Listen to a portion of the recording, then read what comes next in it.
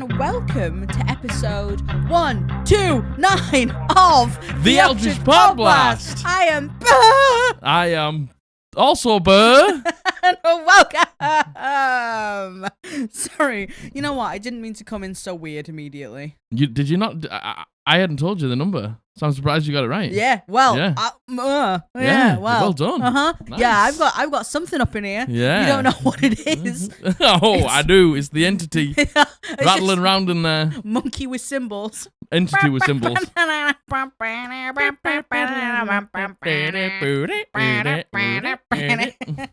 goodbye. And see you later. Hello. Yeah, sorry. I don't know why I came in so hot there. How you doing? What are you up to? Yeah, how you doing? What are you thinking about? What are you eating? Who are you doing? Have you shined your clogs? Oh my god. Have you got the wood polish? Oh my god. Yeah, what kind of wood polish? Oh, just like, I don't know, but it has to smell nice. You're not supposed to shine clogs though, are you? I don't know. You tell me. Yeah, You true. fine clog wearers. True. Yeah, am I making that up? I don't know. I think I'm making that up. Surely you must have to like oil the clogs. Other people shine my clogs for me, you see. Interesting. I don't shine my own clogs. Interesting. Who shines them? Somebody else. The dog. I don't know them. The dog just by licking him. Yeah. Yeah. Yeah. That would be my dog. That would be my dog. He's been a licky man today. He's been a licky man. Oh my goodness listen, gracious me. He do be licking. I don't want to jinx this video, but I get the horrible feeling. There's going to be a lot of stops. There's going to be a lot of stops for our that dog. For our son. Because he do be licking. He do be licking. He really do be licking. He's licking a lot, though. Yeah, he is licking a lot. He's licking, and it's a lot. Yeah. You know what? It's like coming into spring. Like, we are firmly in spring now. Like, I think, to me, as soon as the clocks go forward, I'm like, we're in spring. We're in spring. This is I mean, spring. I think that is the crack, though. Oh, like, is it? At the end of March, going into the beginning of April, is when, what is it, winter ends and spring begins? Yeah, yes. some equinox or something like that. I don't know. Equinox? Yeah, Oh I don't know. Something like that. Talking about the moon? Oh my god, the moon! That's to do with the equinox, right? Yeah. I would like you all to tell me in the comments down below what your clogs would look like. If you could personalize your own clogs. Oh my god. What design would be on them? Where did this Would it come be from? the equinox? Oh, yes. Would you it have just be equinox, like on your knuckles? On the front? On your toe knuckles. Yeah. What would you have on your clogs? Me, I would have the dog. Okay. I would have you and probably the Podblast. Nice. What would you have on your clogs? Fire. Interesting. What color fire? Like purple fire. Interesting. That's weird, isn't it? Interesting. That's interesting, isn't it? Keep your eyes peeled. That's very interesting, isn't Keep it? those eyes peeled. So, how you doing? Yeah. What I was saying about the dog, we come into spring. He's allergic to everything. Yeah, so like literally everything. He gets quite itchy. Yeah. So just making sure I pseudocreme his tootsies and stuff like that. And because he can't be normal about anything, quite like his mother. As soon as he's itchy, he's like, well, I guess I'll take off the layer of skin that itches. Yes. How about that? I guess if I get rid of the skin, then it won't itch, right, Dad? Indeed, yeah. And I'm like, truly. Yes, son. Yes, indeed. That's the way it works. Yeah, indeed. That's the conversation we would have if he could talk. Yes. But he can't. Yes. I'm trying to think of what we did. We played Pokemon on stream on Tuesday. Yeah, we lost loads of progress. We did. The game didn't save from last week. But what we could have done at that moment was we could have cried about it and we could have, been down in the dumps about it. But what we did really did is we turned on stream. I put my gaming clogs on. Yep. And I destroyed it. Yeah, you did. We really caught up we caught up very quickly to what I caught Abra with my first ball. Yeah. Didn't even worry about it. Yeah. Caught all the Pokemon that we'd lost the time before. Yeah, we caught an extra Pokemon. Got a Magikarp up to level 14. Yep. Beat the gym. Yep. Easy. Now we're in Slitpot. Easy Destroying money. It. Easy money. So, yeah. Didn't let it get me down. If you didn't know, we play Pokemon on stream. We're playing Pokemon Ruby right now, the OG Ruby. Oh my god. We play every Tuesday, and then we stream D&D stuff every Friday and Sunday. So join us. Yeah. Join us. If you like what you're seeing right now, which obviously you are, because who wouldn't? Oh my god, because you're locked and loaded, right? You're locked in. We have special places on the floor where you clip your clogs in. Yeah. Yeah, for you to stand. Because you're not allowed to sit down while the podcast's on. No. Oh, right? No. Like, comment, subscribe, hit the bell if you like what you're seeing here. Comment down below all sorts of random stuff about the way your clogs look, about how much you love the entity. Yep. Make up songs about the entity if you want. Whatever. Yep. Just fill that comment section. Yeah. Join the Discord. All the good stuff. Yeah. Oh, you're wearing merch. Boom. Yeah. Look at that. www.eldritchpodblast.co.uk, baby. Go pick up some merch. We finally got you a heavy metal tee. Yeah, we did. We were saying, like, when we first ordered them, like, we released merch, like, really early on. Like a year ago. And like, back in the early days, that money was tight. Money was really, it was different. Yeah. So we couldn't afford to get both of us one of the t-shirts. Yeah. But now... Oh, yeah. Thanks to you, literally, all thanks to you, we were able to buy Jack one of our actual t-shirts. Yeah. So I it feels bought this. Good. Yeah. I might buy something else. Yeah. Oh. But you'll see. All things become true in age. Margaret's got a new World of Warcraft t-shirt. I do. Let's go. I ordered this literally like 2 days ago. 2 days ago. And it arrived. Listen, I have an allowance because I am such a child with money. I have an allowance. Yeah. So Jack, kind of whenever we get paid, Jack will give me a little bit of money, and he topped me up the other day. Yeah. And does anyone else do that thing where, like, you know, again, last year really had no option, and I thankfully shook the like terrible spending habits. Yeah. I feel like you shook them quite a while ago. Yeah, I did, but especially last year. Yeah. And he gave me some money, and I was like, I'll go buy a World of Warcraft t-shirt now. And also, she messaged me, you know those like Valorant Discord overlays that are going on? She messaged me the one for Reyna, and she was like, should I buy this? And I was like, Margaret, just because you have the money doesn't mean you should spend the money. Why don't you wait until you actually really want something to buy it instead of just seeing things and being like, right, well, I'm buying that. That's so fair. That. And my problem is I never buy big things. I buy little things. Loads of little things. But like I wait until I have like a decent amount of money and then I can buy loads of little things. Yeah. So, yeah. Whereas I just buy nothing. Yeah, you buy nothing. Yeah. Ever. Literally nothing ever for yourself. You were like, do you want me to buy you a heavy metal t-shirt? I was like, well, and you were like, I'm buying you one. Yeah, it's a cool t-shirt. It is cool. I love it. Really cool t-shirt. It's so cool. I'm so glad I have it. Yeah, I agree. It's a cool t-shirt. It's hella cool. Yeah. Damn. I'm trying to think of anything else. Oh, enter the Homebrew Challenge. Homebrew Challenge closes this Sunday. This Sunday. It is the theme Sea and Sky. I was about to say Sun and Sky.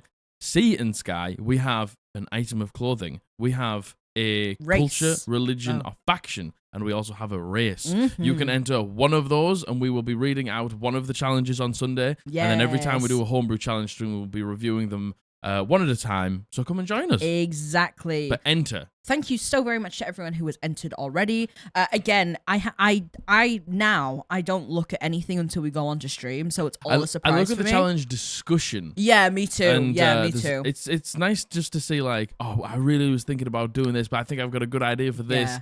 And it's just like people like tossing up and being like, well, I'm going to do this. And they're like, oh, well, if you're doing that, I'll do this one then. I know. And it's really nice seeing people like reaching out to other people and being like, oh my God, your submission was really cool. It's great. It's so really, good. It's so really, really nice. Like you guys 100% foster like the best. Yeah, the best environment for it and the best atmosphere. Yeah. So and it's not like this like competitive thing. It's just people trying their hand at homebrew because you know, like homebrewing is a scary thing. Yeah, agreed. For a lot of people. Agreed. Like, you know, you got to take into account like a million different things when you're homebrewing. Yeah. So like the fact that so many people have been like, this is my first time, and then seeing their first time submission being so good.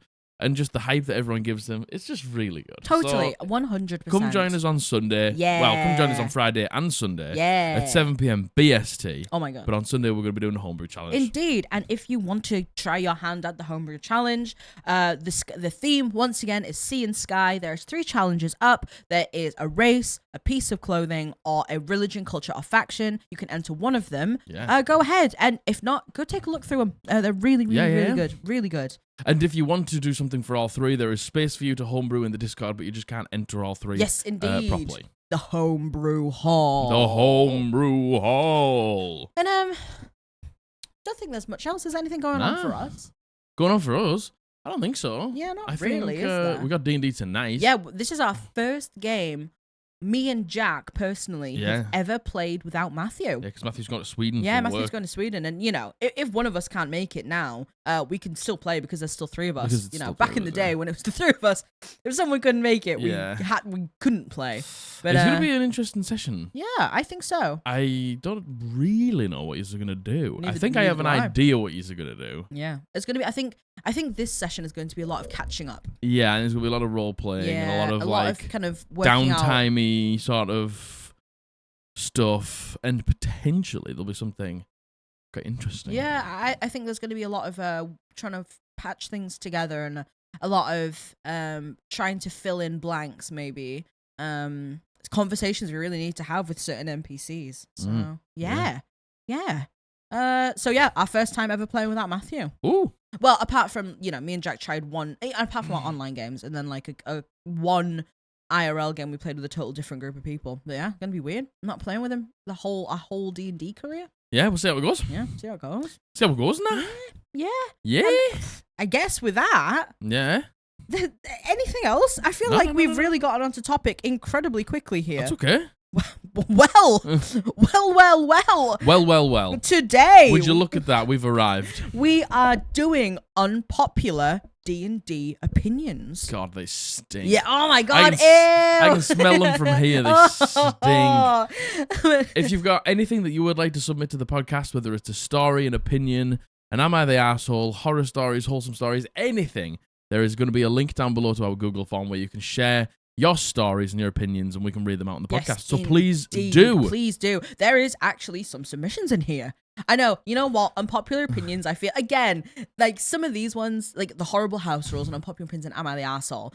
Submissions sometimes can be sparse, understandably. We basically get horror stories, wholesome stories, and advice. Yeah, they're the things that we get a lot of submissions on. Indeed. Because that's what people, want us to read out for them. Yeah, but we always preface it with this. We call it unpopular opinions. This is just for a bit of a joke. Yeah. And if you agree with any of these opinions, as long as they're not hateful or toxic or gatekeeping, then that is completely your prerogative. Oh my God. That's completely your prerogative. We're just going through and creating a little bit of content for the internet. Indeed. So if you use any of these and they work for you, then don't worry about it. Then don't listen to us, because we're two idiots on the internet, and what works for you and your table is your prerogative. 100%. And what works for us at our table might not work for you. Exactly. And that's okay. Exactly. What's going on? Give me a sec. Jack, fill the silence. Oh my God. Filling the silence on the podcast on Wednesday. Filling the silence all alone today. I don't know what's going on. Bit of a frog in my throat, innit? Frog in me throat. Little frog in me throat. All right. So, little froggy throat Wednesdays. Yeah. Yeah. Froggy throat Wednesdays. Am I right? Yes, am I right? I'm gonna. This first one is a submission. I'll let you know what ones are submissions and what from the Reddit. Oh my God. So this has been sent in by Mr. Rime, and he uses he/him pronouns. Mr. Rime. Thank you, Mr. Rime. Thank you, Mr. Rime. I'm gonna sneeze. Oh my God. It's all going. It's all happening. Oh my God. Oh. It's all happening today on a Wednesday. No, you know what? I think it's my hay fever. Oh my God. Oh man. You have hay fever? Yeah, I do. I'm afflicted, unfortunately. I'm afflicted with the hay fever. I'm afflicted with hay fever. You know what? When I went downstairs, I was like, should I take a hay fever tablet? Oh my Should God. have. Oh my God. And you know what? This room is right next to our garden. So. Yes. All right. Mr. Rime, thank you so much for your submission. Cheers. It is impossible to play any TTRPG without metagaming. I hate that the conversation around metagaming, because I see far too many people claiming it's just a small part of the experience that only bad players do. When in reality, from the very start of character creation, you are metagaming. Everything the GM tells you about the world, all the way to knowing the rules of the system, informs what you make your character do. As much as it kills me to say, your characters aren't real and they exist only in your imagination, and this is coming from someone very attached to his characters. They've brought to life through your lived experiences and your personality traits. Exactly. The people who I see decree metagaming, I also see making power builds. The people who say, who has the best modifier for this skill check? Oh, I rolled a natural 1. I have lucky, so I can re-roll. These things are all metagaming. What they're referring to is usually something like knowing a monster stat block or a twist of a module and having the character use that information to act a certain way. And that is called cheating. And I think we should call it what it is. Yeah, I agree. That's cheating. I think metagaming and meta-knowledge have become buzzwords that are taking negative connotations when in actuality, you can't play any game without even having the roughest understanding of how it works. I agree. I totally agree. We say this all the time, honestly. This is what we say. I think we all just sometimes need to remember, it's a game. Yeah. You know, and creating a character and making a strong build is metagaming. Yeah, totally. You are taking the knowledge that you have about, I don't know, a witch knight, a warlock paladin, and being like, oh, it's going to be a sick build. It's just like, that is metagaming because you're taking the knowledge that you have about how strong those two things are together and making a strong character. Yeah, absolutely. You are using the fact that you understand that I have a bonus action this or an action that, or because of my class I have this and I can do this in this circumstance. That's metagaming. Yeah, but very much so. We're just using the knowledge that we have. And that is just playing the game well. Yeah, and you know, I don't even think it's a case of like winning or losing or succeeding or failing. I think we're playing a game, and the way that the story, in D&D at least, is built is your party are the heroes, you're the adventurers, you're the people who get to do the stuff. Yeah. So you're going to naturally want to do the stuff. Do the stuff and enjoy yourself. And, you know, I think Mr. Rime gives a really good example here. Like, who has the best modifier for this skill check, I think that is metagaming, whereas something like letting the rogue do the lockpicks because your characters always see the rogue doing the lockpicks isn't metagaming. Yeah, I'm not a massive fan. The thing is, right, if it's like a survival check and someone's like, right, where are we going? And then you look around at the party and go, who's got the best survival? I like that because it's like, of course, the person who has the best survival, knows the land and stuff like that, is going to go first. Love that. But if I go, oh, make me an insight check, and then somebody else goes, can I make the insight check because my insight's really good? I'm like, no, because this person asked. That's the metagaming I don't like. I agree. Putting the person who's best for the job in the job. Yeah, 100%. Like the rogue. Yeah. Like the fucking ranger who for survival. Like the barbarian. To break the door. Yeah, it's exactly. Like, let's put our best foot forward for that, because that's not even, you could just look at the barbarian and probably go, you're probably going to break the door best. Exactly. But you probably wouldn't look at the barbarian and go, do you want to stealth through this camp? Like, but the thing is, I also think, I feel like everyone obviously has a different opinion on metagaming, right? Yeah. And different people will class different things differently. Yeah. And, you know, I can also see people thinking that going, oh, well, the rogue should go ahead and do the lockpick. Yeah. I can also see people thinking that that's metagaming. No. But again, to me, that is just information that you gain through gameplay that your characters have as well. It's like you see the rogue lockpicking and they do it successfully once. It's like, you should probably pick the locks. Like you would in real life, honestly. You just see the barbarian, their rippling muscles, and you're like, you should probably rip the door open instead of the scrawny wizard. Yeah, like, totally, that's just like knowledge in the game. Yeah, I agree. Actually, I think, but when we get to things like, I know that trolls don't like fire. Yeah. Like, it's like, does your character know that, or do you know that? Because that's metagaming. Totally. If you have never seen a troll, never heard about a troll, your character this is. Yeah. If you've never heard of a troll, seen of a troll, fought a troll, anything, you would never have an idea that it didn't like fire. Totally. Until a circumstance came up where your character would glean that knowledge. But the thing is, I also think there's a difference between being like just above table going, it's a troll, kill it with fire. Yeah, because that's metagaming. But also then going, oh, it's a troll. Do you think my character would know anything about trolls? There's the difference, because then it's like, you grew up in this world with trolls. Yeah. As an adventurer, has your father, has your grandfather, has your grandmother, has your parent heard of this animal, this monster, and known that it doesn't like fire? Yeah. Because if you roll a history check, a nature check, or a medicine check, or something like that, and find that out, it's like, fine. Yeah,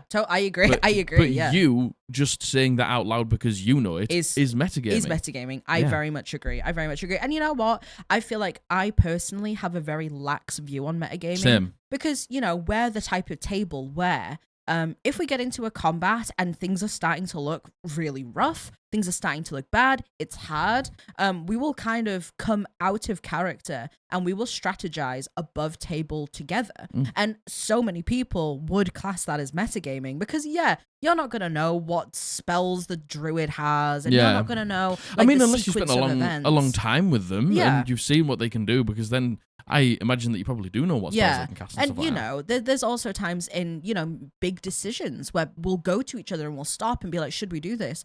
Again, people will class that as metagaming. I don't. I class that as we're all playing a game where our decisions really matter. And, we do want to be able to, like you said, put our best foot forward. Put our best foot forward. But it's like, I think at the end of the day, it is a game. It's so like, being like, what should we do? Like, because we don't just want to, like, I don't know, die in this cave against this dragon that we're clearly out leveled for. Like, should we just run? Like, having that conversation, it's a game. But when you're like using your above game knowledge to, like, maybe foil what the dungeon master has planned, very much so, then it doesn't become a game, then it becomes like a battle between the two. I agree. Metagaming is absolutely fine as if it's done in good faith for the game, not against the game. Totally. I agree. I very much agree. I very much agree with this opinion as well. I totally agree with this opinion. Do you think this is unpopular? No. I think the whole, like, metagaming thing is sort of like, it's kind of going now. It's going away now. Yeah, like, I agree. Just play the game you want to play, and as long as you're doing it all in good faith and, like I said, for the game, not against the game, then who fucking cares? Yeah, I agree. I agree. Thank you, Mr. Rime. What a great one. TY, Mr. Rime. Rime. What a good strong one to open up with. This next one is from the Reddit, and this is simply, grandiose storytelling is overrated. Not every campaign needs to be the next Lord of the Rings. Getting stronger, looting cool shit, beating challenging enemies, and having a laugh are perfectly valid motivations for your party to go on adventures. And also, it's a perfectly fine motivation to play D&D. Fuck yeah. Agreed. Couldn't agree more. Agreed. I think we all get, because the thing is, like, we watch things like Critical Role, and, like, Matt Mercer does tell, like, and end up being a grandiose story, or Dimension 20. Yeah. And Brennan Lee Mulligan, I mean, have you watched Calamity? That's as grandiose as it gets. Yeah. Like, the setting is just, like, the most grandiose, like city in the sky and stuff like that. It's insane. So, we watch that and then we go, well, we need to tell that. It's like, no, we don't. As long as we're getting together, going on an adventure, having a good time, killing some monsters, getting some loot, no one fucking cares. And, I feel like obviously everything has to be very black and white with these opinions. I think the actual statement of grandiose storytelling is overrated is a bit harsh. It's a bit harsh, I feel like because to if that's use what you the want to word do it. Overrate. I don't think anything is overrated. I think people should be able to enjoy what they enjoy. Yeah. And, on the other side of that, if you want to tell a big grandiose story, for example, like, you're absolutely, you're not overrated for wanting to do that. But at the same time, there's this horrible, like, derogatory term for people who like to play, like, just getting stronger looting thing, and people call it beer and pizza D&D. Beer and pizza, baby. I just think when people use that as a derogatory term, I just think that is so fucking lame. I like beer and pizza. Yeah, fuck yeah. Like, I don't like beer. But pizza. Well, I do like beer. I just don't drink it. Yeah, like the connotations of it's just beer and pizza D&D, but it's like, what the fuck is wrong with that? Man, some people don't have time to think of, like, this overarching 100%. plot where it fucking intertwines here and there, and they use, like, obsidian, and it's just like, but if you want to do that. Yeah. But don't shame the people who don't want to do that. Exactly. If you just want to get together and just, plot arc at a time. Yeah. Oh, there's a vampire. Let's go and kill a vampire. There's a dragon. Let's go kill a dragon. If you want to play, just have a silly, fun time. Do it. If you just want to be silly and joke and mess around, that is so valid as well. I genuinely believe, and this is maybe for all my dungeon masters who put a lot of pressure on themselves. I put a lot of pressure on myself, and I do like to tell a grandiose story. And every single time at the minute, every single time I start to get in my head about it, I literally step back and I say to myself, we're just getting together to play D&D to have a good time. All of that washes away, and I deliver a good session. Yeah, totally. And I don't let it fucking get on top of me, and I don't let it fucking get too much for me. And as soon as I start to think like that, it's just, we're just a bunch of friends getting together for D&D. It all goes away, and I have the best sessions ever. Yeah, totally. And I feel like this campaign, I've not once really gotten to the point where I've been like, man, I don't really know if I should do this anymore or anything like that. Or like, I'm worried about the session, because every single time I do that, I'm just like, it's just a game that I'm telling to my friends. Totally. Just Totally. let it happen and have a And, good time. You know, I think that comes with your experience of this Yeah, it being does. like the third campaign, I agree. right? Because it's like the first campaign, total learning curve. Oh my learning God, everything. yeah. The second campaign, you're like, well, the first campaign went down so well. Yeah. I learned so much. I can then move on to bigger and better things with the second campaign. Third campaign, it's like, right. So turns out second campaign was also a huge learning curve. Yeah. Because in the second campaign, you're trying to live up to the expectation of the first. And I think third campaign, it all falls away and you truly get into your groove as a DM. I completely agree.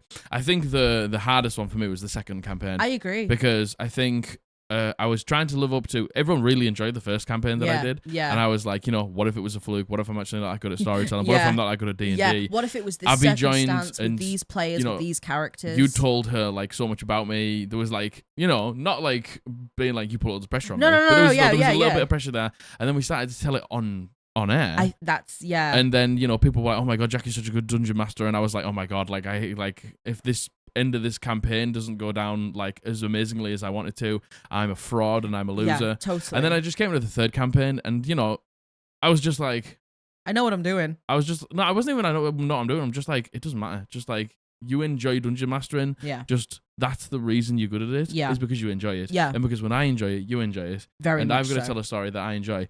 But I will say, I'm not, you know, like, but the thing is, I'm definitely going more beer and pizza next campaign. Yeah. Because I'm doing like a open world, like continuous world, like where this campaign ends off. The next campaign's going to pick up. Not exactly, like maybe a number of years in the future or something like that.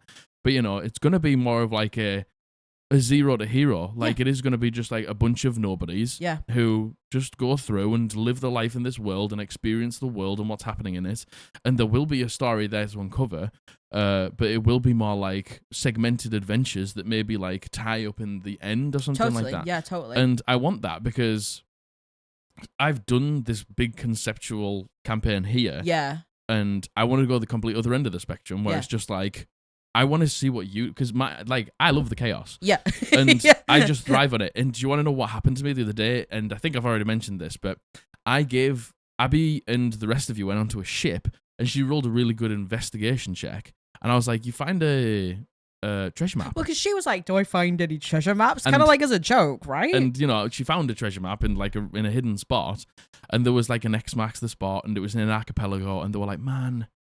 And I was like, if I could do anything right now, it would be drop the entire campaign, sail a ship out to that archipelago, have a mini side fucking adventure with some dope loot and a little fucking like cool story with some sick NPCs that are on these islands. Yeah. And then I'd like, and then we could come back and finish off. Yeah. And I was like, that's what I'm doing next campaign. Yeah. I think we will love it. I think we'll really enjoy. And I've said there's one thing I want out of the next campaign. One thing. It's a wedding. It's a wedding. I want a wedding. I want a wedding so bad. Yeah. And you know me, I'm a big fan of romance in games. I love love. I love love. Oh my God, I love love. Oh my God, I love love. Because normally my characters normally get with Matthew's characters. That's normally how it goes. Usually, yeah. Right? But you know, last campaign, Rayla, there wasn't any love interest. The campaign before that, Willow ended up getting married to Dimmy, Matthew's character. And the campaign before that, Beloved ended up getting married to Iggy. An NPC, yeah. Who was Matthew's character. And I feel like I would love to have a romance with you in game. Yeah. I'm kind of like Laura and Travis-esque, but we don't play together. No. So it's really hard. And because your campaigns are really fast paced, Usually, they're so we're so concise. There hasn't really been time to ever form those relationships because I've asked. Yeah. But there's never been time. Yeah. And I think a wedding. Yeah. There's going to be a wedding in the next campaign. So, I'm calling it now. Next campaign, I'm slowing it down. Yeah. I'm slowing it right down, and I'm doing just a open world. Whatever you say goes. Whatever you want to do goes. It's not going to be this, like, you have to do this now. This, like, really... There will be, like, you know, that main storyline there. There will be, you know, many bad guys and stuff like that, because I do love a bad guy. But, you know, it's going to be slower. It's going to be experiencing the world and doing what you want to do. And if you just want to go to sail a boat and try and find some treasure on a pirate island or something like that, That's what we're going to do. That's exciting. I think another thing that excites me is kind of maybe the idea of more of a homestead as well. Yeah. You know, maybe not necessarily like a home, but something like, you know, in Delver's Guide to Beast World, Yeah. how they have like the cart caravan. and they have like, you can customize it and it can get bigger and you can get like decorations for it. I might put that in the campaign. I think something like that we would truly really enjoy. I would, at least, and you know, I think a couple of the others would as well. Sorry, wow, we went so off topic there. Nah, we didn't. That's kind what of podcast for, baby. I kind of forgot what we were talking about there, to be honest. Beer and pizza D&D. Yeah, but you know, to get back on point, don't let anyone in any form of your life use terms like that to pull you down, and it's all because they're projecting because they're scared that they aren't doing a good enough job. That's not all wrong it is. with the grandiose, if that's what you want. Absolutely but there's not. not wrong with just getting together and killing some monsters and doing some treasure. Yep. Both are so viable. Yep. Both are so great. Yep. And whatever works for you, works for you. Totally. Agreed. Very Full much stop. agreed. Doesn't matter what anyone else thinks. Totally. Do you think it's unpopular? No, again, I think we're just coming to the point where we're just accepting People can just do what they want. People just Totally. realizing it's a game Yeah. and they can do what they want and nothing matters because we're just having fun with our friends. I agree. I very much agree. How's the dog? Fine. Asleep. Well, let's go. Asleep. Let's go. Let's go. I nearly called you chat. Oh my God. Come join us on Twitch. All right, this next one, this is a submission. This has been sent in by FearForHire or Fears Gaming, and they use he, they pronouns. Fears, big stream enjoyer. Thank you very much, Thanks so much, Fears. Thank you so much, Fears.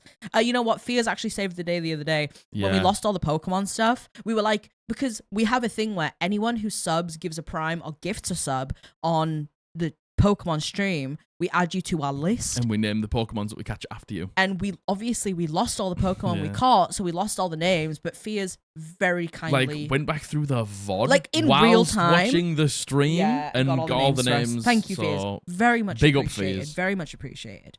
Hello, Jack and Mags. I'm ready That's to me. upset some Jimmies, and I expect this hot take to be unpopular. Get rustling. I think opportunity attacks are too forgiving, and they should be more prevalent in 5e. Okay. Okay.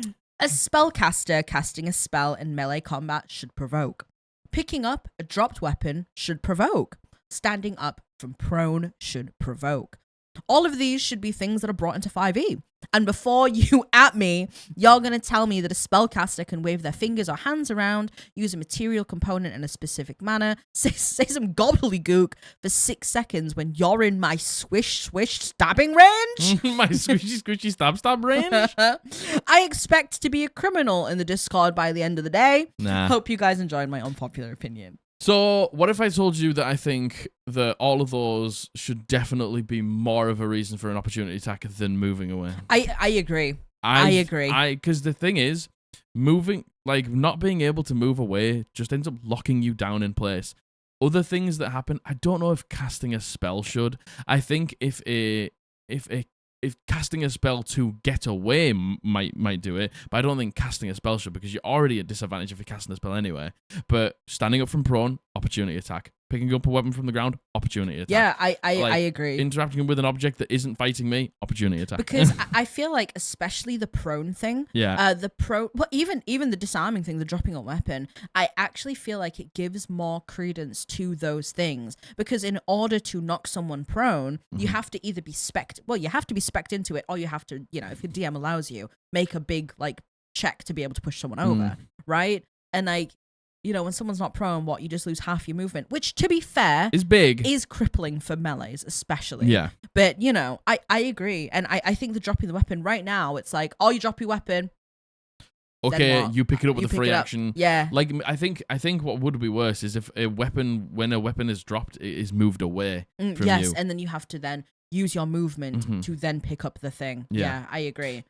So, I think the opportunity attacks right now in the game, as they aren't great, because it basically just means nobody ever moves until something's dead, and when then it's dead, then they move. It really like just stalifies the battlefield. Do I think that there should be opportunity attacks? Yes. Do I think it should be for movement? No. Do I think it should be for casting a spell? Also no. Yeah. But I definitely think there are things that should happen, like getting up from prone, like picking up your weapon. maybe attacking somebody that isn't the person that you're attacking is maybe too punishing. Like if you attack somebody else, they get an attack of opportunity on you. Maybe, but that's more realistic as well. Yeah, maybe something like breaking a grapple as well. Yeah. Like when you're trying to get out the grapple, you get nicked or something Yeah, like that. something like that. Do I have all the solutions? No, Absolutely not. no, But do I like it right now? No. Opportunity attacks stink because most of the time when you want to run away is because you're low. So then taking the opportunity attack hurts even more because it could kill you. Unless you have some way to negate it, something like a parry, like you can raise or your like AC. mind whip or like get rid of something's reaction. Yeah. Or like knowing shocking something's grasp. reaction's burned. Yeah. So I don't know. Like I don't like attacks of opportunity as they are now. I've expressed my disdain for them. Maybe opportunity attacks should be something that you get with Sentinel. Like Sentinel's already fucking too strong, so I don't think that's a good idea. Maybe it's like we love Sentinel. Like in Divinity 2, like you have to spec a feat to get an opportunity attack, so it means you are harder to escape from. And then maybe it is things like it includes when people cast a spell in front of you, you get. But then that's also the Mage Slayer phase, like you get an attack of opportunity when something casts a spell in 5 feet of you. What was it that we worked out that we were doing wrong about spell casting? Something that was written, rules is written. Yeah, it's fucking shit though. What is it? If basically we do it so if you're attacking something that's within 5 feet of you, you have disadvantage. But the rule is if anything is within 5 feet of you and you attack anything, even if it's not within 5 feet of you, you still have disadvantage, which is just shit. Yeah. That was it. Because I was like, you know what? I was like, is it something to do with opportunity attacks? No, it's not. No. But I honestly, Fears, I really don't think that this is like that terribly unpopular. I know people love opportunity attacks, Me. but like as a I dungeon, love opportunity attacks. As a dungeon master, it really just like when people get into place in the fight, like they move up to the enemy or the enemy moves up to them. Most of the time, that's just the way the battlefield stays because people don't want to take the attack of opportunity. Yeah. There's nothing funner though than an enemy moving away and you sitting there white knuckling it, ready to yell, "I take my opportunity! I take my opportunity!" You know, there's nothing. There's no greater feeling than that. Or when you have Sentinel being like, "I use Sentinel." He actually doesn't move. Feels good. Feels really good. So yeah, maybe we need to rework Sentinel and rework Mage Slayer and maybe get these sorts of things where we do get access to opportunity attacks. And then opportunity attacks, you can maybe like hit somebody who's casting a spell, or hit somebody who's getting up from prone, or hit somebody who's like picking up the weapon, as well as like, I think the whole like, you can't move away when I hit you is too strong. For Sentinel, but again, you've already spec'd into a feat, so I don't know. There's a lot of things wrong with opportunity attacks and Sentinel, in my opinion. But you know, at the same time, I'm not a game designer, so I don't know how to fix it. And the people who make the game are far more educated than me and far better at it than I am. So I'm not going to tell them how to do their job. Indeed. Well said. Touche. Well said. Touche and well said. Do you think this is unpopular? Yeah, I think because here's my take on why it's unpopular. Go on. Is there's far more players than there is dungeon masters. Totally. So players are going to be like, no! And if you're a dungeon master, you understand the pain because you're normally the one that runs away from a combat when you get low. Yeah. And you understand that you're probably so low at that point when you want to run away that when you take the attack opportunity, they just die. So yeah. That's indeed. why. Yeah, indeed. Yeah. Well. Fees, you a DM? I feel like you're a DM. Yeah, I feel like you're a DM. Well, we know Fears is a DM. I feel like this take is a dungeon master take. Yeah, Fears is definitely. Yeah, we've had a horror story from Fears before. Squishy, squishy, bonk, bonk. About DM. Yeah. Squishy, stab, swishy, stabbing range. Thank you so very much, Fears, for your submission. Thank you very much, Fears. This next one is from the Reddit. This is probably a common thing that is heard, but its blatant stupidity warrants a mention. Oh my god. Optimizing a build is detrimental to roleplay or gameplay. Optimizing a PC build is not a bad playstyle, and it's not in lieu of playing video games. PCs are supposed to be powerful heroes, and it's fun to play effective builds. It might not be fun for everyone, and it might not fit every table, but that doesn't make it wrong. Anyone that shits on someone else's fun just deserves a swift kick in the head. Yeah! What was so tell me the beginning bit.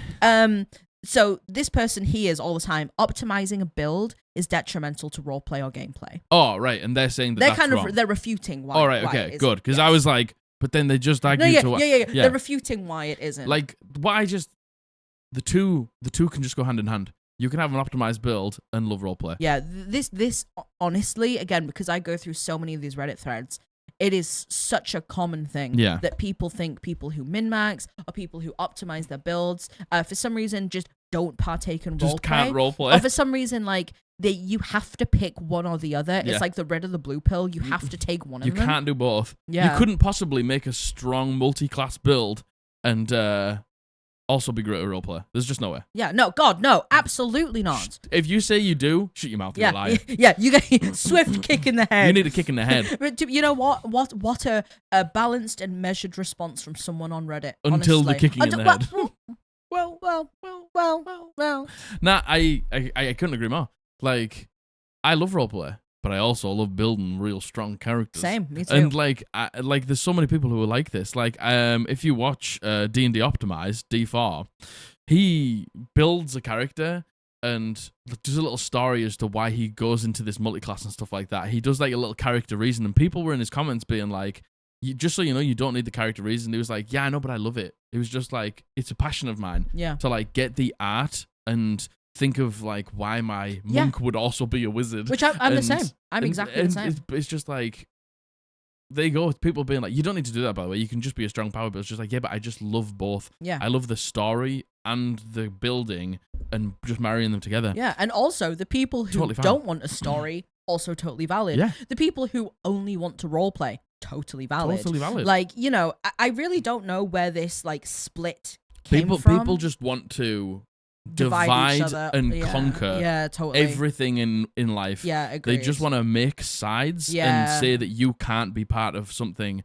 or you can't have both. It's just Agreed. like, you need to find some more fulfillment in your life, my friend, because we can just 100%. have everything that we want, because this life is whatever we make of it. Mm-hmm. And if you want to roleplay and build a strong character, do it. If you just want to build a strong character, do it. If you just want to roleplay, do it. It doesn't matter. Totally. But don't tell anyone else how to play. Yeah, exactly like what OP said, honestly. Like, might not be fun for everyone, might not fit every table, doesn't make it wrong. No. Very much agreed. I'm a firm believer of, as long as something is not like outwardly toxic or hateful or gatekeeping, it's not wrong. And it just feeds back into the loop of, it's a game. Yeah. And we just get out of it whatever we want.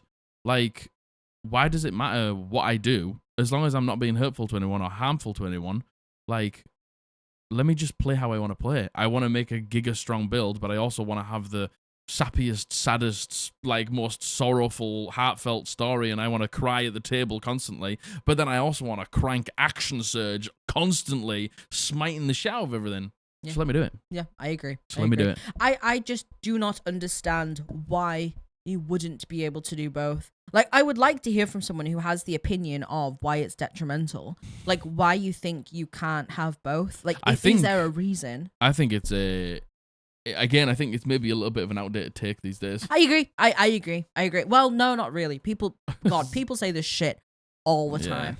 All the time. And like it's this idea of like, you can enjoy the game, but not too much. Yeah. Oh, the second that you start enjoying one aspect of it too much, you're being self-serving, and oh, you're allowed to enjoy this thing, but only to the same level that I enjoy it. Yeah. You know, like it's just the most pathetic shit ever. So annoying. Yeah. Like, why can't my extremely broken build also be a completely broken character? Yeah, I agree. Who's like is just at the bottom of the barrel at the beginning of the campaign, who's just working towards something emotionally. Yeah. And they could be a ray of fucking sunshine. Or they could be a ray of fucking sunshine who's, you know, maybe who's been dealt a bad hand in life, but always just sees the optimistic side of it.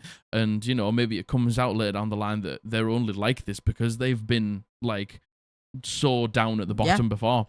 Like, that's great roleplaying, that's great character development. But just because I'm a fucking stupidly strong build, I can't have that? Yeah, I know. I've never understood that, ever. They're separate. Ever. And you know what? Like, when I started getting really interested in being, like, strong and powerful, and, you know, I would hear feedback from people being like, you shouldn't worry about it, you should just do things that make roleplay sense. Like, I just do things for roleplay. I'd always be like, am I playing wrong? Nope. Because, you know, some people around me made me feel like that. And it's like, absolutely not. I can 100% be strong and powerful and be, you know, really well built, but also be able to enjoy all of the role-playing aspects. And, like, being like, oh, that's so broken. It's just like, are you just jealous? Yeah, like, because you don't understand. I do think that is what it is. Because, like, if you want me to teach you how to build a strong character, I'll help you. If you want me to, talk you through character creation to get like a good build, I'll do that. Yeah. Like, I don't mind. Like, this is the thing. Like, I can build a strong character, but I'm not going to sit there and just hold it to myself. No. I'll tell you how to like make a strong character, because if that's what you want, that's what you want. Yeah. But people just being like, oh, it's so broken, it's so annoying. It's just like, I can't just help but feel like you're jealous. Yeah. Yeah. And also, the thing is, if you're, this is a completely separate conversation, but if you're the only optimized character in the group, that is an issue, because you will be taking away from other people. You will be, taking the spotlight. Yeah. Unless the other people like outwardly have said they don't care, then that's not a problem. I agree with that. I completely think, agree with that. Staying in your own lane is important. Giving everyone time to shine is important. But, if you're an incredibly min-maxed character in a group of people who don't care, you can just uplift them in other ways as well. Yeah, 100%. Sometimes people just don't care. This is the thing, though. I think this all comes down to a session 0 thing, though. Totally. Isn't it? Yeah, it's like, absolutely. Like, how do you play? Yeah. And it's just like, we like to build strong, but we also really like role play. It's just like, okay, this is the table for me, but it's just like, we sort of don't really care about the mechanics of the game, and we just sort of like, free ball it willy-nilly, don't build like for optimization, sort of put our stats wherever we want. And then you're sat there with like the most optimized characters, like, maybe this isn't the table for you. Very much so. And yes, very much so. It's just finding your place to be who you are. I agree. I very much agree. I completely agree. Do you think that it is unpopular? No. No, I don't either. I don't think it's unpopular at all. I don't either. All right, this is also from the Reddit. I think the next couple are from the Reddit. Yeah, they are. This is necromancers, popular to players, unpopular to DMs. So I was having a discussion with a few friends of mine, and we got to talking about the necromancer subclass. Long story short, the DMs among us, oh my god, said that it causes combat to be too clunky and slow because of the amount of turns your summons require, and near social sabotage of having to walk around or manage undead outside of combat, for example, walking into a town. Yeah. What upset me the most was one saying that he, as a DM, would be forced to go out of his way to add more AoE effects to remove them from play. And this would be unfair to the rest of PCs, as they would also suffer the effects as well. Never mind the fact that he admitted to unfairly targeting my character. Is this a general Is this a general thinking of DMs when having a necromancer at a table? And besides being quick and efficient with your terms and spacing summons, is there a way to make it more friendly for the table as a whole? And P.S. I would like to play one eventually, but probably at a table, which isn't my usual, it seems. This is just dungeon master struggles versus players who want to do what they want to do. Totally. Like, so the thing is, the necromancer isn't an official build. No. But I know that there is many really popular homebrew necromancers, like on and Reddit I and all over forums quite and well stuff like balanced that. as well. And Quite decently well balanced. tested. But the thing is, it's the same as the Shepherd Druid. It's the same as anything that uses summoning spells. Like, the strongest way to play it is not to get the biggest CR single beast. It's to get 8 quarter CRs. It's to get all of the really small CRs, because like that is just action economy is the strongest thing in the game. And if nothing else, they can tank a hit. You know? They can tank one hit. It's like, even if it's got one hit point, if you have to waste your action hitting it to kill it, like that's another thing that you don't hit the next time. And also, when it comes to their turn, again, action economy, you're rolling dice per thing. Totally. So like, it does slow down combat massively. Yeah. Like even when I played my Shepherd Druid, it was slightly different because there was only 3 players. Yeah. But I would always do the getting out 2 half CR beasts. Yeah. That would be what I would always do. So it would add essentially 2 extra players to the table. In the combat, And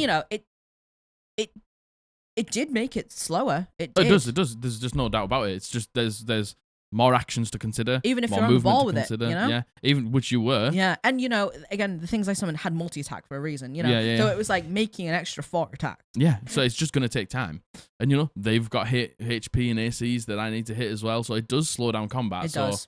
Like, summoning in 5e is just clunky and slow. Yes, like, it is. It's Agreed. just not great. I think it would probably be better if it was more of like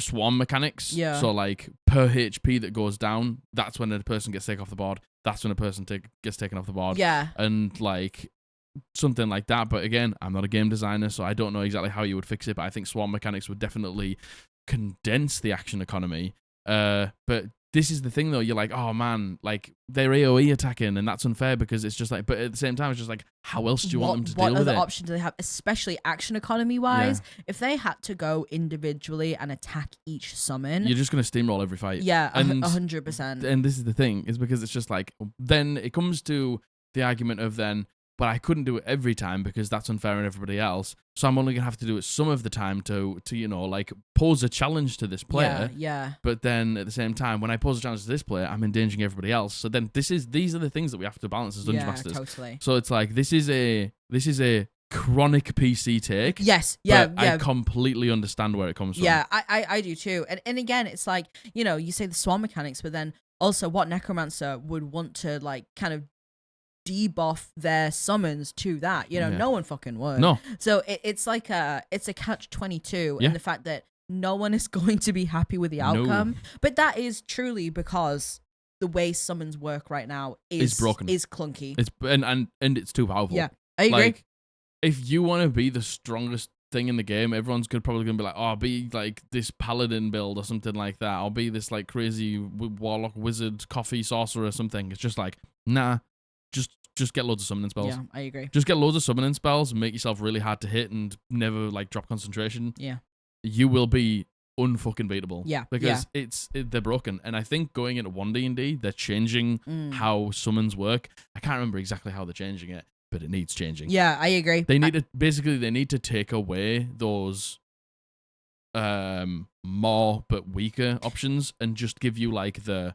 stronger, bigger options. Yeah. I agree. And it's also like, even even as OP says, even if you are like fast with it, and even if you're effective with it, like you have it so okay, all your summons go on your turn after you. Yeah. They all go at the same time. But even then, you're still having to roll so many extra dice. Like if you're going for 8, I know you're going for those going like for 8. 8. That's 8 dice you're rolling. Yeah. 8 things you have to calculate to hit.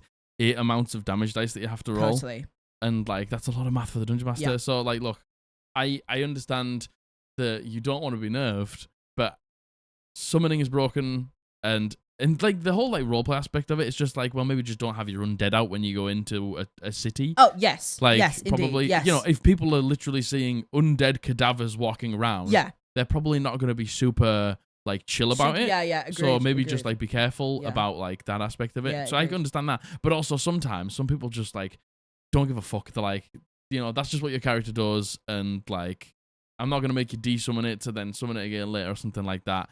Like, let's just don't worry about it. Yeah. The roleplay aspect of it is far easier to deal with than the mechanical. The mechanics are just fucking broken. Yeah, totally. What do you think? I think this is spot on. Really. What? The take, like popular to players, unpopular to DMs. Oh, that's exactly what it is. Yeah, I think so. And I think if players really thought about it, they'd really understand why it's a fucking nightmare. Yeah, I agree. Yeah. I agree. All right, this is the next few from the Reddit. If I'm running combat and it's your turn, and I have a question about the ability you are trying to use, and you cannot answer immediately, having the info open in front of you also counts as being able to answer immediately. Then you need to try something else or delay your turn until you have something else or the information ready. No. No. I like fast-paced combats, but like sometimes this is the scenario. This is my phone, okay, and I've got my spells on it. I'm like, oh, it's coming to my turn. All right, I'm gonna cast Bane. And I put my phone down and I'm like, I would like to cast Bane on this person, this person, this person. And then the DM goes, oh, what's the saving throw? And you go, oh, fuck. And you got to look at it again because you forgot what saving throw it is. Like, it's only going to take me 3 seconds to figure out what saving throw is. Yeah, and like, God, spellcasters specifically, right? Spellcasters specifically. You get a new spell, you want to use the new spell. Yeah. And like, I do understand there is an element of like reading your stuff beforehand. But who does that? Who has time for that? Not me. If you forget something, we'll just quickly take a second to just make sure we're doing it right instead of just trying to panic and doing it wrong. No one knows everything, by the way. Not a single person on this earth knows everything about the game. There is so much information to D&D. And you know what? Even with like feats and abilities, like sometimes, especially in the thing with D&D is no one situation is the same. Never. Everything is so different every time. The way something specifically worked in this environment could work potentially very different, and you could have different questions around it. Like, to be like, if you can't answer immediately, this is worse than the whole, like, you have 6 seconds on a timer. Like, the thing is as well, I was going to make a point, but I couldn't remember. Sorry. No, you were making a point, and I was thinking, and I was like, oh yeah, I'm going to say this, and I just forgotten because I was too engrossed in what you said. You made the Bane No, it wasn't anything to do with that. But the thing is, right, like, yeah, it's like, there's so many in Dungeons and Dragons and TTRPGs full stop, like Margaret just said, there's so many like unique situations. Not every 2 situations are the same ever, really, because the map's different, enemies are different, you've leveled up, like you might be prone in the situation, somebody might be under the incapacitated like condition. Like, we have to sometimes really read through these spells because certain situations really like determine if you want to use a spell or not. Yes, very like, much so. Strange interactions of rulings and spells are sometimes so wild that it's just like you would never have thought it until you were in this situation. Yeah. It's weird. And the thing is, I can kind of see where OP's coming from if we're talking about a specific person who is trying to cheese something, right? Yeah. If they're trying to be like, oh, can I use this to do this and then that and then this to, like, you know, to cheese something. Yeah. I can understand the DM being like, well, how would that work? Yeah. And if they don't have an answer for that, I can understand that. Yeah, But if you're that's really trying to maybe bend the rules of what Totally. is like viable and possible in the game. I can understand that, but like, you know, if we're looking at it on a whole, expecting your players to know every single stipulation about anything is it's impossible. It's impossible. How It's you're insane. not going to be able to remember everything? No. Like something like, oh, what's the spell save DC? Like, imagine if you've just gotten a spell and you've never cast a spell before, and you don't know what your spell save DC is. Yeah, especially for things like, you know, like maybe like an Eldritch Knight. Yeah, or like yes. something that's not really going to use its spell save DC very often. It's more going to be to empower itself or to shield itself or something like that. Yeah. So then finally being like, oh man, I really need to use this spell, and then you're like, oh, what's your spell save DC? And they're like, fuck, I haven't had to calculate it, and we're level 7. Like, let me just quickly do that. It's just like, you're telling me that you wouldn't give that person the grace and time to just quickly figure out the spell save DC. Yeah, They've got to delay their turn. And by the time they've delayed their turn, the Everything's circumstance might have changed. changed. Yeah, totally. Battlefield's changed so quickly.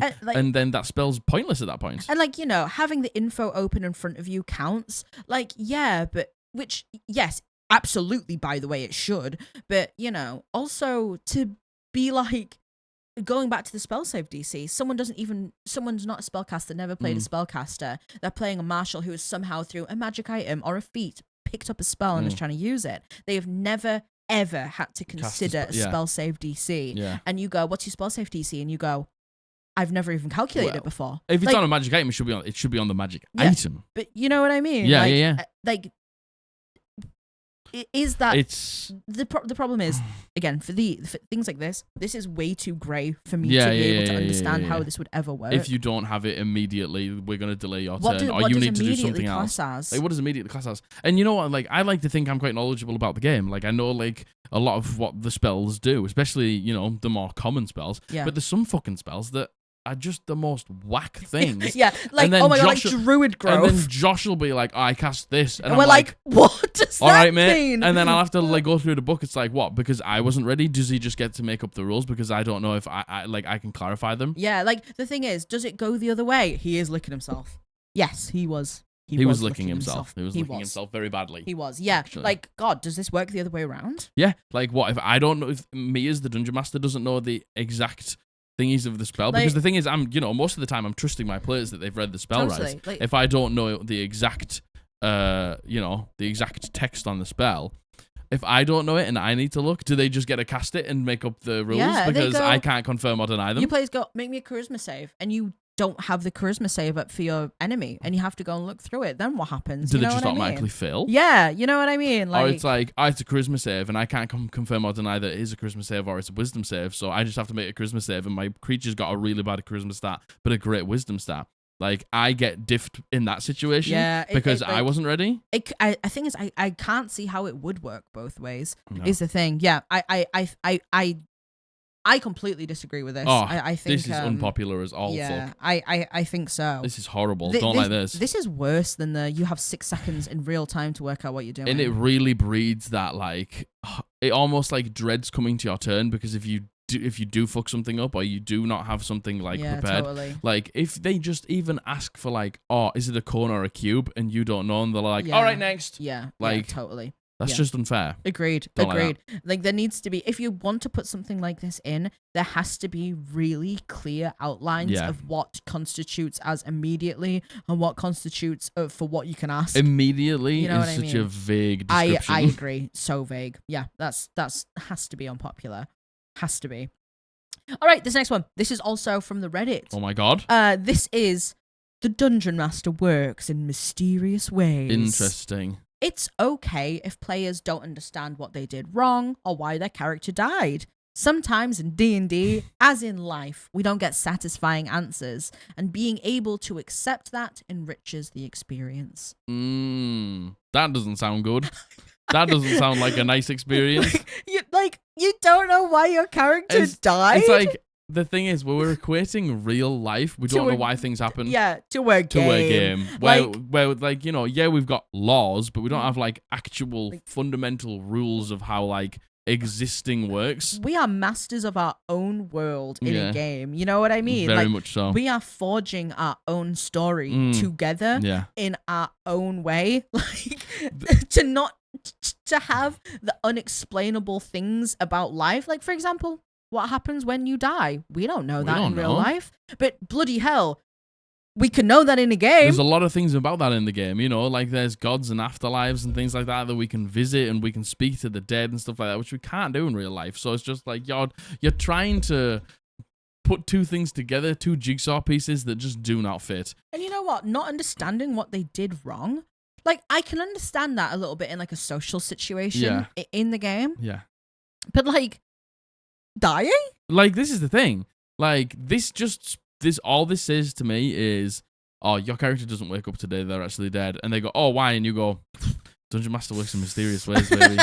It's just like, I just didn't like your character, so I just get to kill them, and then you don't get to ask me why because the Dungeon Master works in mysterious ways. Yeah. It's just like, it's such a cop-out bullshit. Like, I get to do whatever I want as a Dungeon Master, and you don't get to ask questions. And you know, also, like, in life, we don't get satisfying answers, true, and how frustrating is that? And yeah, you fucking hate it when bloody that hell, happens. how frustrating is that? You hate it when that moment in your life happens. Imagine in a game having a whole situation play out, right? Like, for example, a movie or a book, a piece of like fiction. You wouldn't, as the viewer, enjoy watching a movie where the ending you have fucking no answers, unexplained, to anything, not leaves you even on a fucking cliffhanger, Yeah. no idea. Mhm. Like, you know what I mean? That feels really bad. It's exactly the same Yeah. in a game, Yeah. which D&D is. And then you could argue like, oh yeah, but you get to make your own interpretation. It's just like, yeah, but I get to make my own interpretation and the movie's ended, but the campaign's still going on and I have to make a new character. Yeah. And I still don't know why my character died. And you know what? You get to piece together your own thing. I also feel like with your own character in D&D, at least the way we play, you know, I would never like to have oh, well, it's up to me how it ended. I would very much like a concrete, solid thing. Yeah. Because, you know, to me, my character is like an extension of me. Obviously, Yeah. my character Yeah. is born of me. Yeah. I want to know, like, I think I in a way, again, I understand where the DM's coming at, being like, you know, sometimes we don't have satisfying answers to why things happen. Yeah. But I also think, you know, in a game you craft with your friends, you can. You can That's have the that, and the you whole thing actually is can like, have that. we can have that. We You're can. just not giving it to me. Yeah, like, And it's just like, the thing is, I always think about the player's perspective from this. Imagine if the player just turned around to the Dungeon Master and then the Paladin was like, oh, I smite him and I kill him. And the Dungeon Master's like, what? And it's just like, some things are just unexplainable, I man. killed him. I just killed him. Yeah. Oh, but no, you didn't, because he still got all his health. Killed him. Unexplainable. Yeah. It's unexplainable. Yeah. It's just like, it doesn't work, so why should it work the other way around? Yeah. And I understand not everything has to be on equal measures, but when it's something as fundamentally dog as this, I just don't think it can work, Yeah, because it can't I work agree. the other way around. Yeah, I agree. Like, if you're going to do something fundamentally maybe as big as, like, killing someone, they need to know exactly why they died. Yeah, they don't need to know what they did wrong. I think mayhaps they do. I think even I could even see a circumstance where maybe they didn't understand what they did wrong with an NPC, but the like thing socially, is, yeah. as a dungeon master, you're gonna pay that off later. Yes. You're gonna give that to them at a different point. Yeah. Maybe they didn't understand right now. Maybe they didn't maybe they understand. said something that was wrong Yeah. in that moment because of X, Y, and Z. Like, I Maybe- get that. Maybe they went to touch this magic item and it suddenly vanished out of existence, and they don't Yes. understand why it happened right there and then. But you pay it off later. Like, players don't need to understand everything. I understand that, but they do need to understand it at some point. Totally. Basically, by the end of the campaign, they should have all the answers Yeah, to almost everything. We don't get satisfying answers. Very much so. That works for real life. Very much so. But, in a world where we can have satisfying answers, we probably should. Yeah, we probably should. Yeah, we probably should. What do you think? Do you think this is unpopular? Horrendously. Oh, I don't know. I Unbelievably. I definitely feel like there's some DMs who'd be like, yeah. right on. And they are very Right much. on. It is small margin of people, I hope. Right on, right on. And I think... Huh? I think they are. Oh, right, yes, yeah. I think they are. Yeah. Interesting. Interesting. All right, we're on the last three. This is a submission. This has been sent in by Anon, please. Anon, please. And they use they, them pronouns. Let's fucking go. Now, there is a key word missing in this purely from a typo. Okay. And I'm going to stipulate what they mean based Okay. on the context in the rest of the submission. Okay. But you tell me if I'm wrong here. Okay. So the actual thing is, I think PCs being is okay and can even be fun. And we've missed the word between being and something. I think the word is stunned. I think Okay. PCs being stunned is okay and can even be fun. Okay. Based off the rest of the context. I'm a player, not a DM. I have been stunned, incapacitated, petrified, the lot. And yes, it can kind of stink to not get to play your PC in the moment, but my DM does something that I feel makes it fun. It's probably incapacitated. Incapacitated. Yeah. He lets us play the monsters if we wish to. And I personally find it very fun to get to play the monsters and see the game from a different perspective. There's more, but do you think the word is incapacitated? I think the word is incapacitated or something of the like. Yeah, I think we can make a general stab at this. Yeah. But also, if we're wrong, take it with a pinch of salt. Anon, please. please let me know. What a terrible typo. I think PCs being incapacitated is fun then. Yeah. Caveat, this isn't for every player. The Okay. player has to not metagame and also balance the other player's fun. I juggle this by playing the NPC how I feel my character would play them and asking my DM if the enemy would leave certain PCs alone because they're already weak. Would it be more fun to play my own PC? Yes. But in the event of being stunned, etc., I think this is a fun alternative for some players. I'm just a little lad who likes to roll dice and play the game, so I can see this not being just a for this for little yours. lad. I'm just a little guy. Okay, so what you're telling me is when you're incapacitated in any way, if you're petrified, if you're stunned, if you're charmed or anything, your DM basically gives you the monsters sheet and says, Yeah. that sounds great if that's what you want to do. I agree. I think a lot of people would get giga or mega turbo overwhelmed. I think a lot of people would also really struggle to do this. Like, I think a lot of people taking on a character sheet. It was just the Sorry, it was just a letterbox. Just letters. I think if people take on a new character sheet and looking and being like, oh my god, this is the SE, this is the HP, this is all saving throws. Totally, if yeah. they have special abilities, if they have cone attacks, if they have normal attacks, like what I should do. If something recharges on a 5 and 6, I think people would get super overwhelmed. Agreed. If it was a really simple monster, Agreed. fair. But then this is the thing. You've got to think as the monster. You've got to take into consideration its intelligence, Yeah. the situation of the battle. Yeah. What's its like goals? Does it want to get out alive? Was it only just hunting for food? Yeah. Like, And that as the DM, that's your prerogative. That's 100% what you are there for. that is what you are there for. As a player, to suddenly have that switch and suddenly have to do that, I could do it. I think any of the people we play with could do agree, it. yeah. But I also agree. think there would still be part of me that would kind of feel bad. I would still If kind of be like, if you downed a player, totally. There Yeah. would be part of me that would feel kind of guilty for it, Yeah. even though, I was doing everything as I should have. And to be fair, Anon says exactly the right thing. The player has to not metagame this yeah, and has to be able to consider all sides, Yeah. which, for a player, who has been playing for however long As as a a player. player to suddenly have to switch into that as a DM. I think that could actually be kind of like a bit of an identity crisis. Yeah, in a way. maybe an identity crisis. Yeah. I think if you were fully prepared and you were comfortable with it, Yes, absolutely. then the thing is, I can't just. This is the thing. I remember there was a moment in Campaign 2 Critical Role where it was something to do with Ashley's backstories, and Matt had hidden like monster sheets under everybody else's thingy, and they all turned it over and they were like, oh man, and they got to be in this scenario like almost like fighting Ashley, and they were all really enjoying it, and you get to be part of that moment. Like, yeah, this is the thing, when your PC's stunned or incapacitated or petrified or whatever, you do just sit there like, yeah, so absolutely. I guess having something to do is super cool. But agreed. This is amazing if you are ready and prepared for it and you're totally fine playing the and monster. confident, I think, as well. Brilliant rule. Yeah. I think it would not work for everyone, but Yes. for the people it does work for, they'd have loads of fun. Yeah, agreed. Do you think this is unpopular? I think it's probably 50-50. I agree. I think it's a probably bang on 50-50. 50-50. Yeah, me too. And the thing is, I don't think it's this isn't so much an unpopular thing. No. It's like being incapacitated is actually fine. I think a lot of people would disagree because I feel like a lot of people don't get that treatment. I very much agree. You know, the actual statement of PCs being stunned is okay and can be fun. I think that is a very unpopular opinion. I think some people don't mind it. They understand that that's just a part of the game because, you know, if you stun my enemies, like, you got to understand that I'm going to do it to you. Yes. But I usually use it quite sparingly and quite infrequently because doing fuck all on your turn feels bad. Especially if you're stun locked as well. Being stun locked fucking smells you know, if it's bad. a wisdom saving throw and you've got like a -3 in wisdom, and then you have to roll like a D4 to see how long you're stunned for. And like the DC, no, you would just be stunned. Yeah, stinks. It stinks. Stinks. If you're petrified, stinks. If you're petrified and nobody has greater restoration, stinks. Absolutely stinks. You're not just out for that combat. You're a piece of rock forever. You're a piece of rock until you get greater restoration done on you. Yeah. So yeah, I think it's a 50-50. Yeah, I think so too. Thank you for your submission. And I hope we're right. Yeah. Yes. Please let me know if we're wrong with that stipulation. But I think it's probably I think that's probably it. It's probably incapacitated. I think that's probably it. All right, this is the penultimate. This is the second to last. The penulti? This is the penulti, and these last two are from the Reddit. I like long backstories, and I wish more players would go for it with backstories.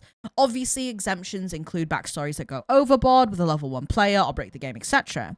But if someone has included a bunch of detail, I'm happy to read it. If I'm sitting down with this person for hours on end playing D&D, then I can cope with spending 15 minutes or even half an hour reading a backstory.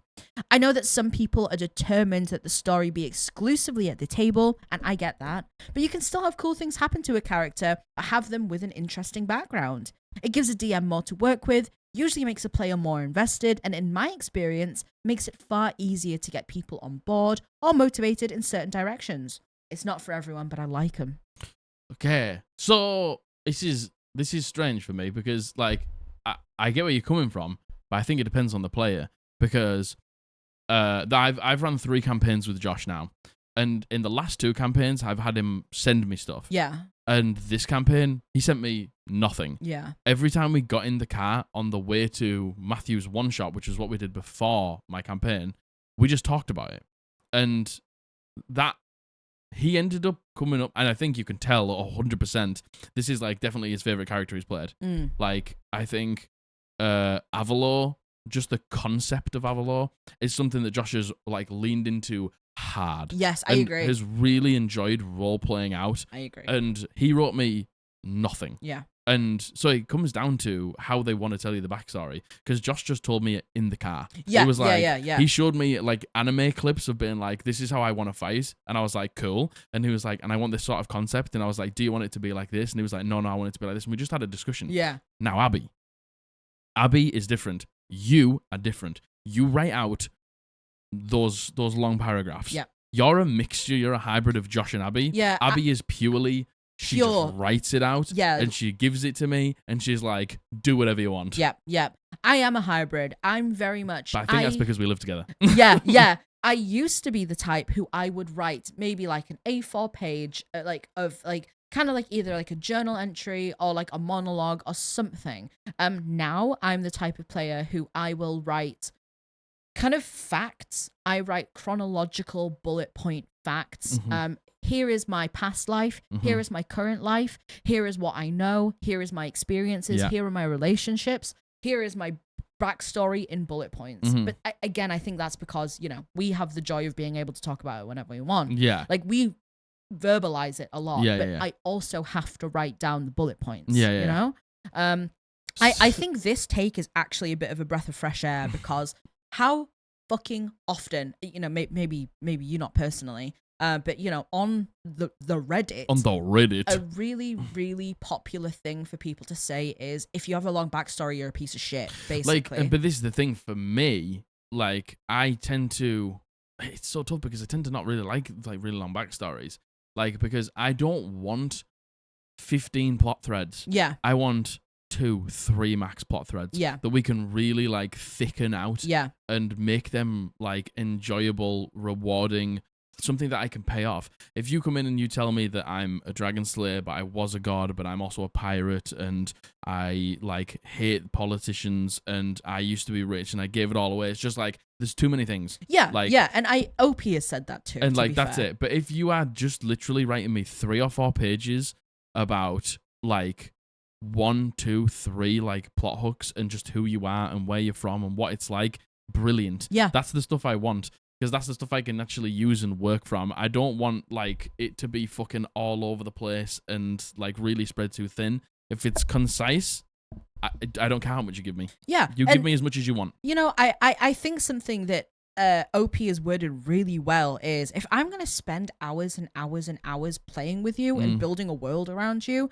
like, the least I can give you is 15 minutes to read a backstory. Fucking 100%. Like, I feel like that's actually a really... a good take. Yeah, I think that's I can't think of the words, but I think that's hot fire take. Yeah, I think that's a really, really good point. And, you know, the thing is, let's say someone did send you a backstory that is exceptionally long, right? I think you would give them the grace to read it. I would, no matter what, I would read it. You would go back and be like, okay, here's what I'm picking up Yeah. on. Let's narrow it down. Like, that's the thing. Like I said, like, when I get Abby's, like, Abby usually sends me the most, but it's just so concise. Like, it's all about... Abby always just has a theme, and that's what she cares about. Yeah, she's incredibly good at sticking to a theme. Where it's like... And then that's what I say, like, with you. Yours is always, like, a couple of true facts, but the things that we talk about is just, like, real, like... Let's just say it's your relationship with Gail. Yeah. Like, we talk about, like, your relationship with Gail, and, like, who you were to each other and stuff like that. You don't really write me out so much because we talk about it. And I feel like you and Josh really have something in common where it's like you thrive more talking out your backstory and with bouncing me. ideas off of each other. Yeah, very much so. Very much so. Yeah, I think you two really, really get a lot from just being able to, like, talk about it with me. Yeah, I feel like the way me and Josh do it, we are very, we work best working with you. Yeah. I think Abby thrives being solitary in coming up with the theme. The idea and the concept. Exactly, very solitary with that, but is very happy to hand it to you and go, not mine anymore. But I think that's because she really, I don't know, I can't speak for her, but I think she enjoyed what I did with TRP. Yeah, yes. And, you know, the story, because, you know, like, there was a lot of twists and turns in that. You picked up, I think, that's because you picked up on what she wanted. Yeah, and that's the thing. So this time, when we came to the backstory, she literally was like, here's the theme, and here's who Dale is. Yeah. And she went, but you just do what you want. Totally. And I think, like, it's that trust, and because, like, it's the second campaign with us, I think she trusted me. And I think she's really enjoyed everything so far. Jesus, take the wheel. Yeah, just Jesus. Jesus, take the wheel. Take your hands off the wheel, Jesus, take it. Whereas, you know, I think me and Josh, we actually build upon our character as we go. In the campaign. Where I think Abby is very much like, here is everything. I will just morph to whatever the fuck comes next. I think that's a really good... we have a really good mix of players. Yeah, I agree. You know what? I still don't know what Matthew does really for his backstories. Matthew is just the most malleable player on Earth. Yeah. He just gives me an idea. Yeah. And he's very much just like, it's this one thing. Yeah. It's never a bunch of things. It's like, it's just this one thing. And he really, like, fleshes out, you know, like, who he is as a person, his relationships with stuff like that. But then he's just like, and he just gives it to me, and he's just like, I want you to surprise me. I want this. It's an unfinished story. Yeah. I want you to, like, you know, the whole thing for him was, he was an excavator. He found this rock, and there was someone inside it. Yeah. That was it. Yeah. And then he just went, now you tell me everything else. And I think Matthew's very good at when you create some new lore about his character, he's good at being like, this lore, yes. He is the most trusting player of anyone because he just, anything that I say, he's so good at making it he's just canon. like, brilliant, doing that, love that, I'll do it. And indeed. he trusts me implicitly, which I do enjoy. Yeah, indeed, absolutely. So, to get back to this, I think this is a nice breath of fresh air. I think, unfortunately, this is unpopular. I think based on everything that I've just seen online, DMs really hate it when you give them long backstories.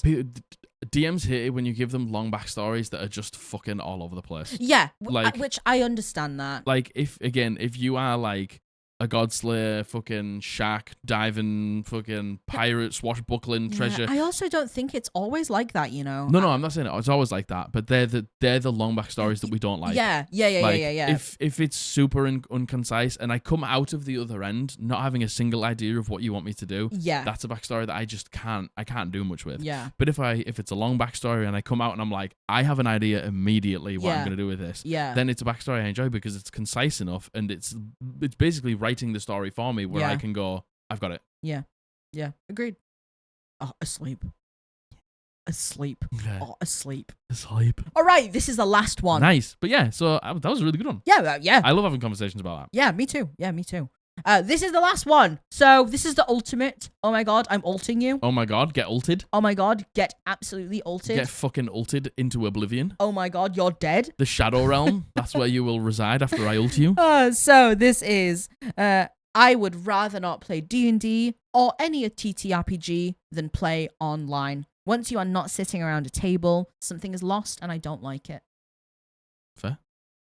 That's Look, your prerogative, my friend. Your opinion. And the thing is, I get it because in some way I do agree. Yeah, me too. But at the same time, some people don't have a choice. Absolutely. And some people play with people in different countries. And some people, are chronically ill and can't leave their houses.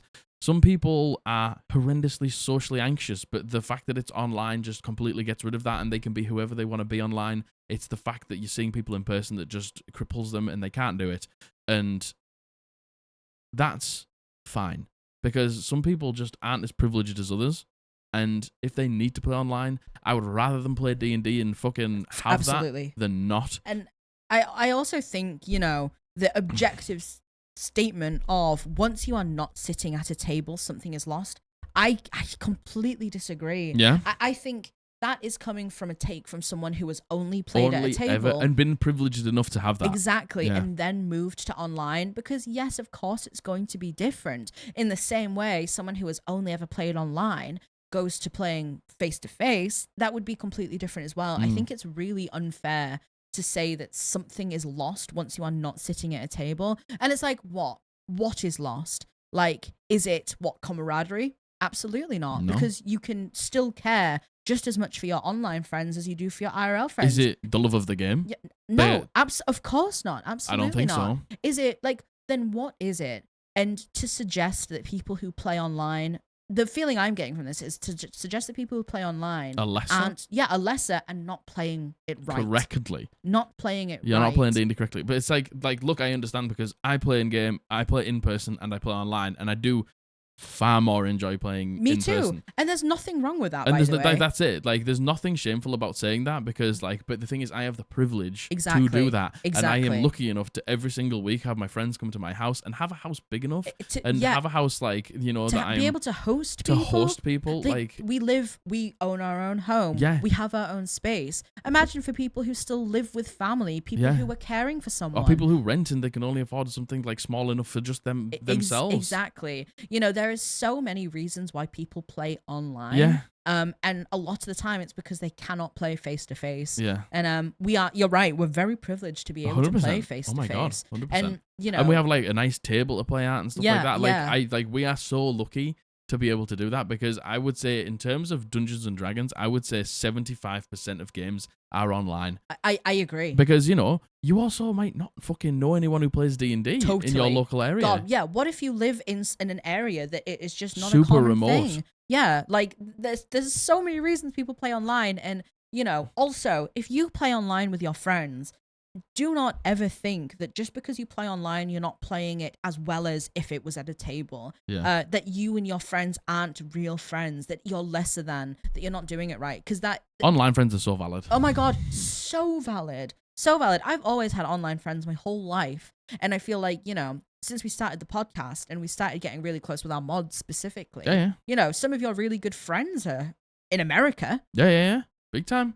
I have a lot of, I'd like to say now, I have a lot of online friends that I love spending my time with. Yeah. That I probably spend more time with than my in-person IRL friends. I agree. But, that doesn't make, because they're online, it doesn't make them any less my friends. Yeah. Like, agreed. that's the thing. And I don't know. I just feel like I completely understand this take. Me too. I do. Because I prefer playing face to face. But the thing is, I feel like you're being like, oh, you're not getting the real experience, and you're not getting this. Yeah, and according you're to not. who? According It's to just you? You just, it's coming from such a shitty place. I agree. I feel like. Yeah, I agree. I just don't like it at all I agree. because like some people, like I said, some people just don't get that like opportunity, and just being so ignorant to the Yeah, I fact that agree. some people just don't get that opportunity you know is what? so fucking dog shit. The thing is, I fully understand. OP saying I'd rather not play D&D than play it online. That is so valid, and that's so personal and you to don't them. and no one's gonna make you. And I understand these statements have to be objective, right? Yeah. Because it's unpopular opinions. But just the stipulation of once you're not sitting at a table, you lose something. It's just so wrong. Yeah. So wrong, I think.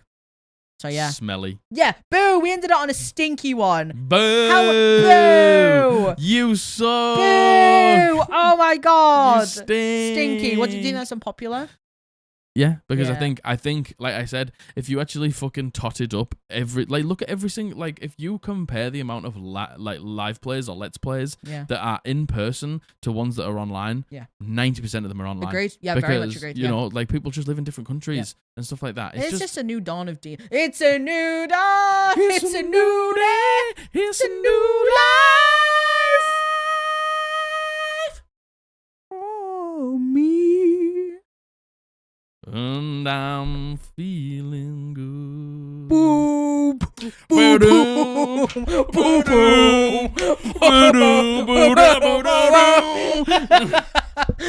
Bye. Anyway. Anyway, that's the end of that. So, if you enjoyed the video, please leave a like, please leave a comment, please hit the bell to be notified when we upload our videos. Comment, all the good shit. Subscribe. We love you so much. www.eldritchpodblast.co.uk here. Go pick yourself up a t-shirt. I'm wicked. I was singing. Oh my God. Our Hellbound store is our Etsy store that's linked down below. You can go and pick up all sorts of Dungeons and Dragons goodies, from like mugs and greetings cards to spell cards and notebooks. Code Podblast will get you 10% off everything at checkout. Go and give us some stories down below. Join the Discord. All the good shit. I love you. I love you. Bully loves you.